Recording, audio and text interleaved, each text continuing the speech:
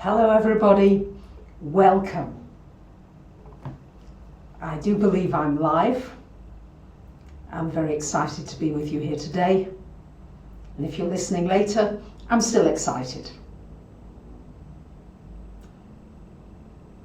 Through some rather painful experiences with teeth extractions, I got led upon a journey more deeply into astrology and health.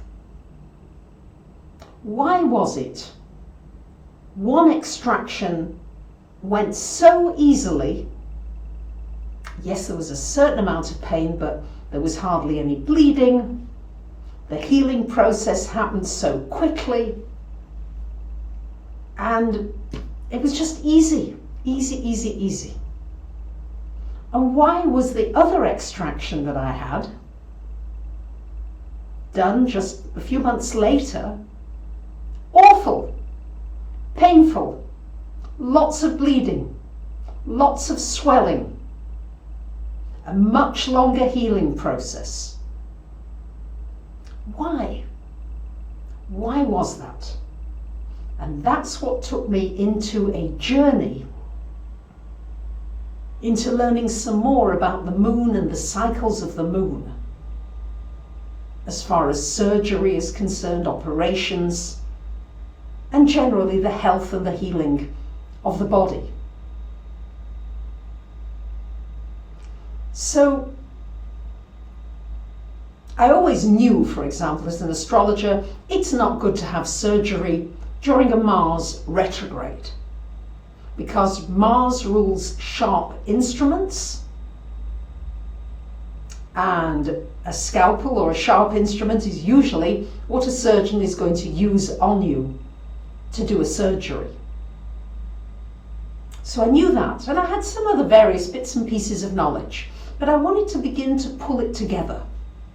So, upon testing myself and learning these various tidbits as I went along, I thought it was really important to share that with you, because I often get asked, when is a good time for an operation?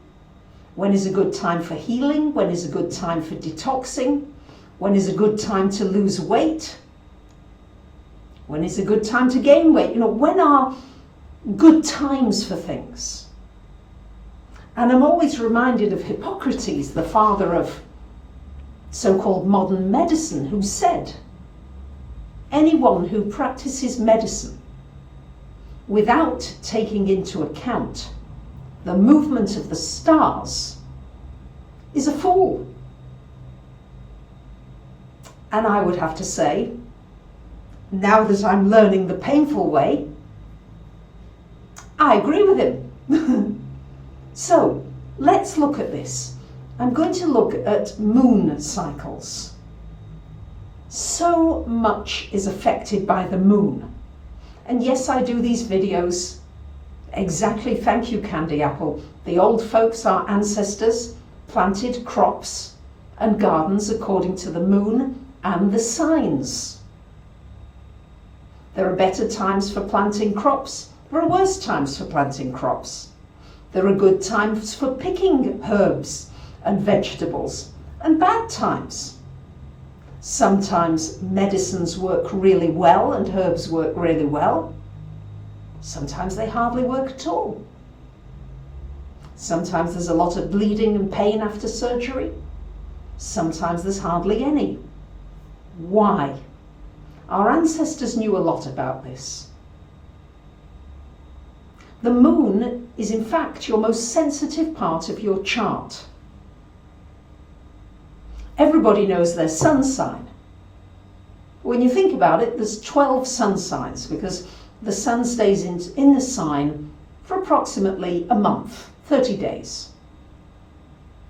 The moon, on the other hand, changes sign every 2.5 days.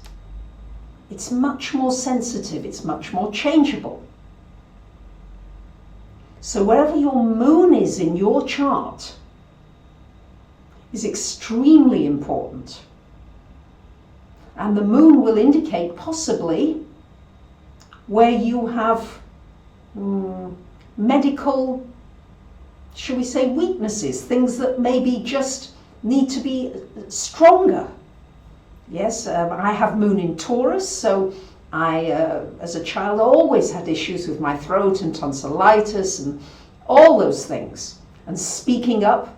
And each sign has not only a physical component, but also an emotional and a mental one. So the throat has to do with speaking out, speaking the truth. I've had to learn to stop being such a good little girl and learn how to say no. That's not okay with me. Gemini Moon would rule the lungs and the arms and the shoulders. The Pleiadians may come in a little later. We'll see. Thank you for asking. So, to be honest, the Pleiadians are with me all the time. I might not be actively channeling, but they're helping. So we've got the tides, we've got the full moon, the new moon, we've got weather patterns being affected by the moon, we've got animals' behaviour being affected by the moon, people's behaviour being affected by the moon, the word lunatic coming from lunar, the moon. So there's a lot. Well, Moon in Pisces, well, Moon in Pisces would have to do with the feet, but it's a water sign, could certainly have to do with bladder, although that would be more to do with often Libra or possibly Scorpio. So there are many things here. Many. So, the ancestors knew how to use these rhythms of nature to their benefit. So let me try to share this with you now, in my excitement that I found out, the things that I found out, so that now you can more easily plan if you're going to have, if you can elect when to have surgery, if you can select when to have a certain operation. So let's look at the moon energies. The new moon and the full moon days are super powerful days every month. Usually 2 in a month, sometimes 3. But every couple of weeks you get the new moon and the full moon. This is a fabulous time for detoxification, for just anything like fasting is wonderful at the time of a new moon or a full moon. Just giving the body a break. I do my best to eat a little less on those days. Some days fast, sometimes just juices. But just, if you can do that, you'll find that you can avoid all sorts of other little petty illnesses and infections and bits and bobs during the month. If you can just pay attention to those 2 days a month. And since I post the videos every month on the new moon and full moon, if you watch my videos, you'll be able to know when those days are. Now, super important is the waxing moon and the waning moon. Now the waxing moon, I always used to forget these, the only way I remember it now is waxing. You can think of it expanding, wax expanding. So you're going from new moon to full moon. So this is the waxing moon. And this is a 2-week period when it's good to do anything that fortifies the body. So good to do anything that's building the body up gently. It's a good time for absorbing minerals and vitamins. It's a time when you can put weight on at this time, even eating the same amount of food. Bugger, isn't it? I know. But it's generally a good time for strengthening the body, building it up in some way, especially as we move towards the full moon.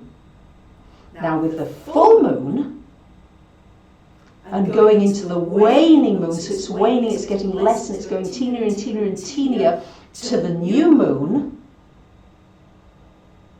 this is the time for detoxing. And this is the best time for surgeries. If you're going to schedule an operation, if you can, and if you can choose it, do it during a waning moon. That was my burning learning. I had one tooth out during the waxing moon, and that was awful, with lots of bleeding, and my face was swollen, and it was horrible. And the surgery itself was very invasive. And then I had another one done during the waning moon, and this was easy. So wait for the detoxing, Susan, because we are coming into the full moon on the 21st of January. So from the 22nd of January, for that couple of weeks, that's the good time for the detoxing. Right? I would not try it now. I would do it more if you're actively doing it. If your body's doing it anyway, great. Your body's doing it and your body has an intelligence that is over and above maybe the rhythms of nature sometimes. But if you want to be a proactive member of this planet Earth and take more independence, more control of your health, that's what the astrology helps you to do if you know what to do at the right time. So losing weight is better and easier during the waning moon than it is during the waxing moon. Getting the body to detox more easily is better and easier during the waning moon. Now, surgeries. Let's look at these things. Here's the rule of thumb. First of all, if you cannot choose a date for an operation and an emergency surgery is needed, you of course have to go with that. And you will reaffirm your powers of self-healing. You will trust that the people who are helping you and who are doing the surgery are acting in your very best possible interests. And then you let go and let God and let source energy or whatever. But if you do have a choice, choose the waning moon, and we're going to look at body parts. Each sign rules certain body parts. And I am going to do a separate video, not a live one, a proper prepared one, all about this in a bit more detail for those of you who are interested. Because it's an important area and it can really help you work with the body and work with Mother Nature in a really constructive way.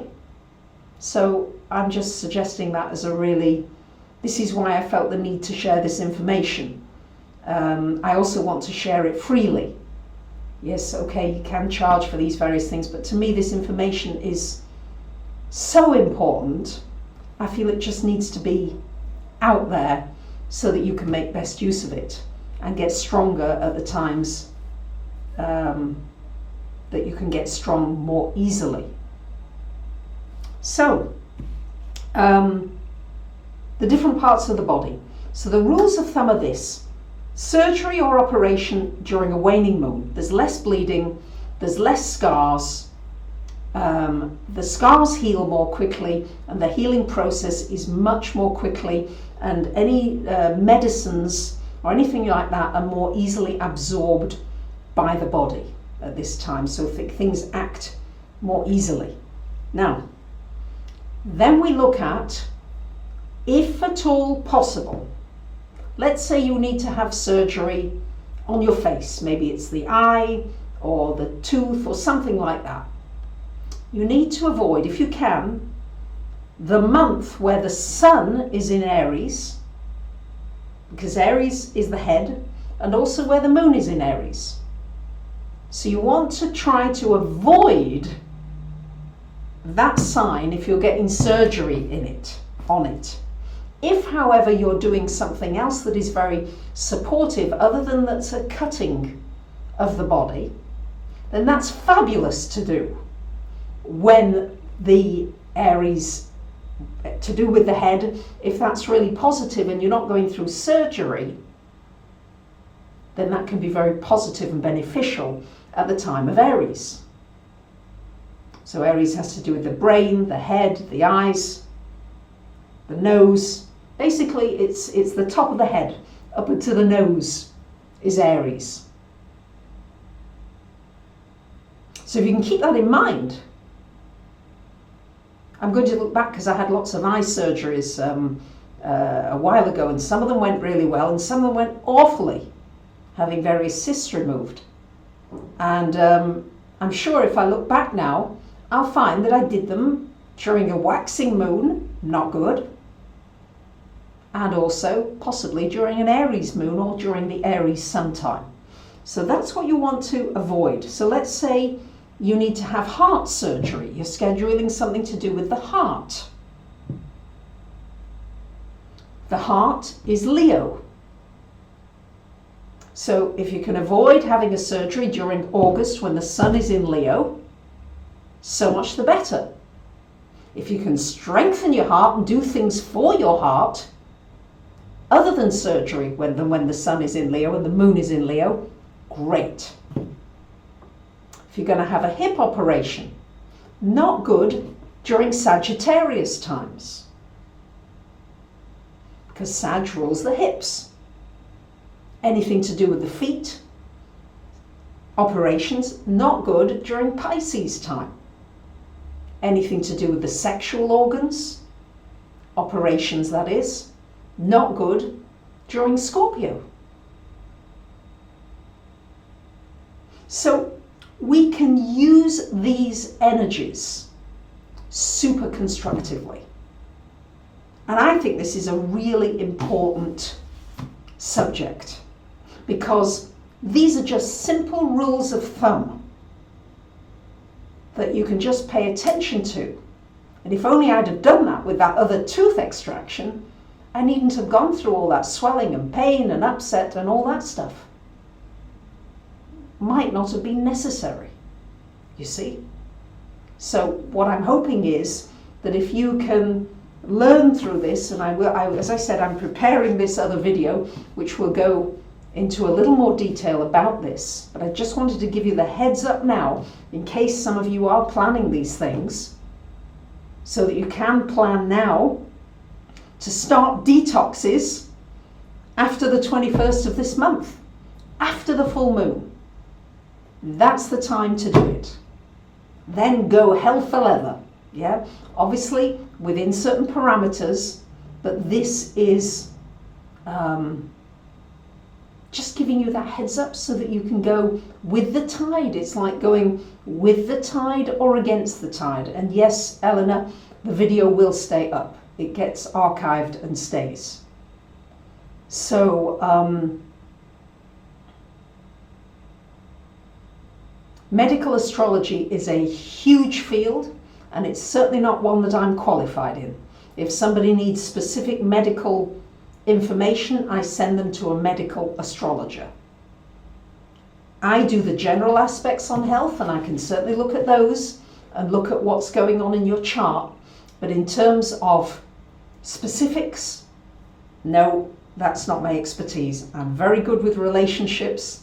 I'm good with your career, your work, your vocation, your soul purpose, your destiny, changes of direction, all those kinds of things, home, moving, family, relationships, money, fine. But health and medical is very specialized. So I'm just giving you here some really good rules of thumb, so that you've got these rules of thumb that you can use quickly. You can say, right, I need to do something for my digestion. And you can say, right, well, the digestive system is ruled by Virgo. So I'm going to steer clear of when the sun is in Virgo, if it's a surgery, and when the moon is in Virgo. But if it's not surgery, I'm going to use those Virgo times very constructively in order to heal my digestive system. So you can use these energies. Now, the moon changes sign. Thank you very much, Yolanda, and thank you very much. Some of you are contributing. Marianne as well. Thank you very much for contributing here. I really, really appreciate this. It does help me to be able to continue to give these away. I mean, it is my passion and my heart to give this away anyway, but when you help with very small donations, whatever they are, I'm extremely grateful. I'm not asking for them. When you do it from your heart, thank you from my heart. So, what I wanted to say, the moon changes sign every 2.5 days. And so it's also good because people are going to say, oh, you know, is the moon already in that next sign? So let's say you're looking between Aries and Taurus and you want to be sure that you're out of Aries. Well, the moon doesn't, the energies mingle for a while. So don't get panicked and say, I've got to be exactly on time for when the moon is in Aries. It's all right. You'll know when there is the build-up. Get yourself a moon calendar if you haven't already got one. It's a wonderful thing to have. And it's also wonderful, you know, I have friends who plant using the moon. And you can really just use these moon energies because the moon, look at it. You can, if you're asking about donating, you can do it on the live stream here. If you want, I think on live chat you're able to do it. If you want to ask a question, you can do it here, I think, on YouTube. I'm sorry, I don't know quite how to tell you how to do that, but I think you can do it on the live chat here or on my website, yourastrologysigns.com. So thank you. So don't get panicked if the moon isn't exactly to the minute. It's all right. Just relax and know that it's going between signs, because it's always every 2.5 days it is between signs. So we've got this moon in Leo coming up, the eclipse coming up. Sorry, is it in Leo? Yes, it is. At 0 degrees of Leo on the 21st of January. Thank you very much, Mendy. Thank you. I greatly appreciate your generosity. Thank you. So we've got this Leo moon. So this is a great time. Well, always on the full moon, good time for detoxing and fasting or eating less, just not overloading the system. Because very often the star energy is stronger and you can pick up a lot more information by not having your digestive system working. Which zodiac signs are most prone to overindulgence? Well, gosh, that often has to do with Jupiter and Venus. Actually, that has a lot to do with it. And then there are different days. Yes, when the moon is in a water sign, there's a different energy to the air. Thank you, Joanna, very, very much. Thank you. And thank you for contributing. And yes, cutting your hair on the full moon, there's all kinds of things, Eleanor, that you can learn to do. I've learned specifically from my own personal experience to do with teeth and extractions and better and worse results. And also detoxing the body. So if you're going to do colonics or enemas or any of those kinds of things, you can just make it easier on the body to do it during the waning moon. Because during the waxing moon, the body, it absorbs minerals and vitamins better, but it also holds on to water. There can be water retention at that time. So that's why it's better to literally just do it after this full moon. So the full moon in Leo, thank you very much, Sandra. Thank you. Thank you. And The Leo full moon has everything to do with anything you can do for your heart, anything that supports the heart. So fasting is good, Keisha, on the new moon and the full moon days. They're especially good on those days. Of course, then it takes energy to look at your individual chart. Then we would come to this energy of individually, where are your, shall we say, strengths in the body, which are shown astrologically, and your challenges, where you need to be a little extra careful, where you may need to learn some things, and where you can benefit for the new moon, the full moon, where those things can be beneficial to you. So that is actually shown by your individual chart, and then you'd work with your individual chart with these energies. But what I wanted to give you today was something that anybody can use, any of you, regardless of your sign. It doesn't matter, you see. So, well, Cancers are always sensitive to the moon, okay, because the moon is your ruler. So it's just about really listening to those rhythms. And really, I would practice now. I would use this information I've given you to practice. So let's say from the 21st of January, do anything that involves a detox, that's cleaning and cleansing and getting rid of. Try it. And then, so then after the detox, then you get the new moon, you might fast for a day, and then you can build the body up again. Right? It's about then you're fortifying the body, you're strengthening the body after it's detoxed. So sometimes after a detox you can be a little weak, it may take a little time. Yes, decluttering is good during the waning moon. Yes, it's all right. So I'll probably put out some written information on this as well, because I think that this is so helpful as we move into these times of Uranus into Taurus, of taking care of our earth and getting in tune with our earth. The earth has got so many wonderful messages. We've got all the herbs. Yes, dental hygiene. Stephen, yes. Dental hygiene is better during a waning moon. Thank you for that. And even better, if you can, when the moon is in Capricorn. Okay, because you're getting rid of the stuff that's on the teeth, and teeth are ruled by Capricorn. So you can go more deeply into this if you so choose. So what you're doing from the new moon to the as it's waxing to the full moon is you are strengthening the body. So you don't want to push the body too much. You want to build the body's strength up, maybe put more vitamins, minerals in, because the body can absorb more at this time. So that's really what you're doing during those, yes, and women's cycles, exactly, and pregnancy. All of these things. It's well known that during a full moon there are more murders and more craziness around, more accidents. It's known. But are we living according? Yes, you'll be on a waning moon, Valerie, if it's early February, yes.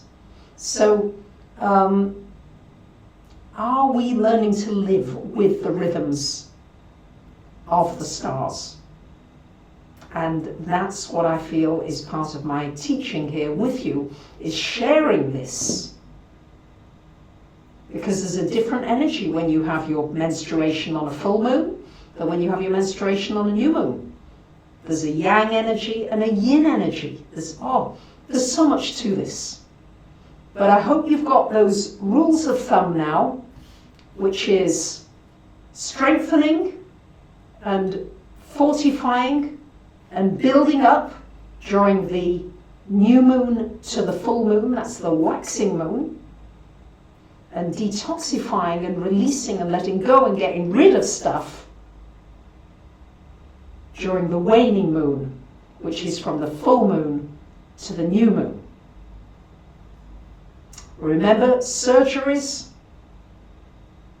try to do surgery, any kind of surgery during a waning moon, I'm sure doctors and hospitals will be very happy to hear this. But boy, let's say they did this. Let's say we did studies on this, and studies have been done and show that there's far less hemorrhaging during that period.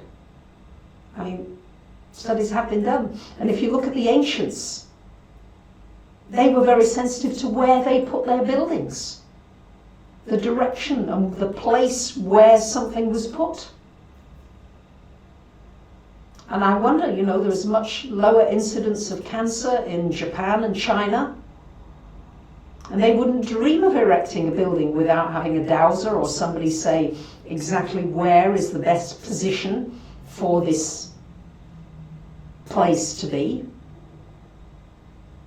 So there's a lot in this, but I hope that this has given you some good and useful information here that you can use. Yes, and full moon is sometimes hard to sleep through because the energy is so full. Yeah, it's full. There's a fullness, and then you can begin to release. So I want to thank you very much, many of you, for your generosity.